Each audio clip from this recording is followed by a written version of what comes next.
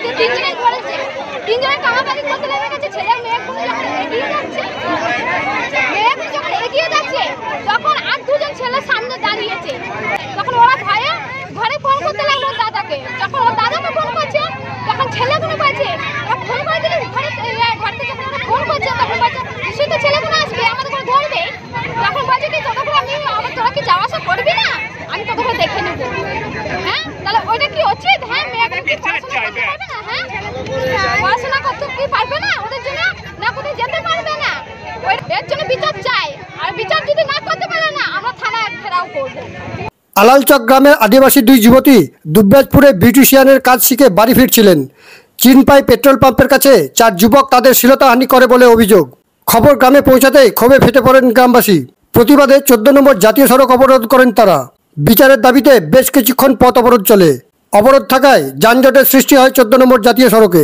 ঘটনাস্থলে পৌঁছায় সদাইপুর থানার পুলিশ। দোষীদের চিহ্নিত করে ব্যবস্থা নেওয়ার আশ্বাস দেওয়ার পর অবরোধ তুলে নেওয়া হয়। আপনাদের তরফ থেকে এখনো পর্যন্ত কেউ কোনো অভিযোগ লিখিত আকারে আমাদেরকে দেননি, সেটাও দিতে হবে না। এখন লিখিত অভিযোগ এখনই আমাদের কিন্তু এটা আইনের যে প্রসেস আছে তার লিখিত অভিযোগ দিয়ে শুরু হয়, সেটা করব। তারপরে বাকি যে স্টেপ আছে পরপর আমরা নেব। আমরা যদি দেখুন যদি না এ করতে পারে আমাদের উপর ভরসা রাখুন, তাহলে তারপরে সময় আছে, দিন আছে, রাস্তাও আছে, কোনো অসুবিধা নেই।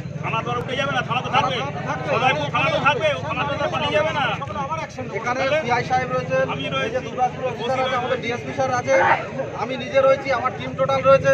তাহলে আপনারা একটু সহযোগিতা না করলে, আপনারা তো প্রত্যেকেই বুদ্ধিমতী আছেন, সেই জায়গায় আমাদের এরকম হচ্ছে কেন? এরকম পশ্চিমবঙ্গে, আমাদের পশ্চিমবঙ্গে এরকম যেখানে রাস্তাঘাটে প্রশাসনিক থাকতে হচ্ছে কেন?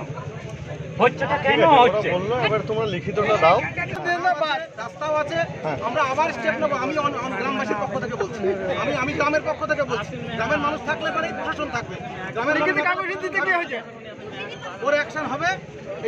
এটুকু সিআই স্যারও আছেন, ডিএসপি স্যারও আছেন, ওসি সদাইপুর আছে, আমি ওসি দুবরাজপুর আছি, সবাই মিলে আমরা লেগে কাগজ লিখে দিতে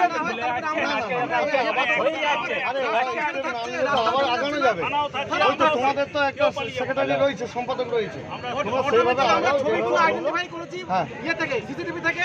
চেনা যাচ্ছে না, সকলের সাহায্য নেবো। প্রতি দরজা যাবো, কে চেনে কে চেনে। সোশ্যাল মিডিয়াতে আমরা দেখলে ভাইরাল করবো চেনার জন্য, কিন্তু ওর বিরুদ্ধে আমরা অ্যাকশন নিয়েই ছাড়বো। আমরা নিয়েই ছাড়বো অ্যাকশন। ঠিক আছে, অ্যাকশন নিয়েই ছাড়বো।